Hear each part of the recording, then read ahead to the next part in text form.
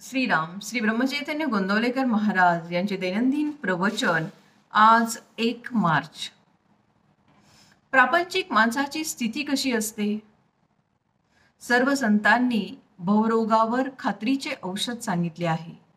सर्व संत आपापल्या परीने मोठीच आहेत, पण त्यातल्या त्यात समर्थांनी आपली जागा न सोडता विषयी लोकांचे चित्त कुठे गुंतलेले असते हे पाहिले आणि मगच रोगाचे निदान केले। आमचा मुख्य रोग संसार दुःखाचा असून तो सुखाचा आहे असे वाटते हा आहे। रोग कळून आला पण औषध जर घेतले नाही तर तो बरा कसा होणार? रोग असेल तसे औषध घ्यावेच लागते। अजीर्णाने पोट दुखते ते भुकेने दुखते असे वाटून आम्ही जर अधिक खाऊ लागलो तर कसे चालेल? संसार ज्याला दुःखाचा वाटतो त्यालाच परमार्थ मार्गाचा उपयोग। एखादा दारू पिणारा मनुष्य दारूपायी आपले सर्वस्व घालवतो।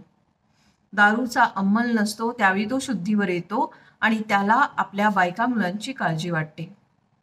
आपला प्रपंच नीट व्हावा असेही त्याला वाटते, पण त्याच्या बुद्धीला त्यातून मार्ग सुचत नाही। मग तो पुन्हा इतकी दारू पितो की त्यात त्याला स्वतःचाच विसर पडतो आणि अशा रीतीने त्यामध्येच तो स्वतःचा नाश करून घेतो। अगदी याचप्रमाणे प्रापंचिक माणसाची स्थिती होते। पहिल्याने प्रपंच बरा वाटतो, मनुष्य त्यामध्ये खूप रमतो। पुढे काही दिवसानंतर तो थकून जातो, त्याची उमेद कमी होते आणि म्हणून आता आपल्या हातून परमार्थ कसा होणार असे त्याला वाटते।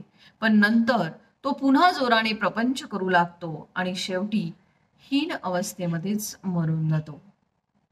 जो जगाचा घात करतो तो एका दृष्टीने बरा, कारण जग स्वतःला सांभाळून घेईल, पण जो स्वतःचा घात करून घेतो त्याला कोण सांभाळणार? तो फार वाईट समजावा। केवळ प्रापंचिक हा असा आत्मघातकी असतो। खोटे कळूनही त्यात सुख मानून तो राहतो आणि देवाने जे निर्माण केलेले आहे ते माझ्या सुखाकरिताच केले असे समजून मरेपर्यंत त्यामध्ये गुरफटून जातो। मनुष्य तेच तेच करीत असून सुद्धा त्याला त्याचा कंटाळा कसा येत नाही? कालच्या गोष्टी ज्या आहेत त्याच आपण आज करतो। आपल्या लक्षात जरी आले नाही तरी त्या गोष्टी झालेल्याच असतात। तेच ते जेवण, ती नोकरी, तोच पैसा मिळवणे, सगळे तेच।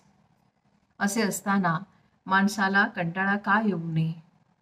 याचे कारण असे की विषय अत्यंत गोड तरी असला पाहिजे किंवा हवेला तृप्ती तरी नसली पाहिजे। या दोन कारणांपैकी दुसरे कारणच खरे आहे। आपली हाव पुरी झाली नाही हेच खरे आहे। विषयामध्ये सुख आहे ही आपण कल्पना केली, त्याचा अनुभव अनेक वेळा घेतला, तरी अजूनही आपली कल्पना ही खरी की खोटी हे आपल्याला कळत नाही। हे मात्र औरच आहे। आजचे बोधवचन: जो मनुष्य प्रपंचातला आपला अनुभव जो आहे तो जमेच धरत नाही तो कशानेच शहाणा होत नाही। जय जय रघुवीर समर्थ।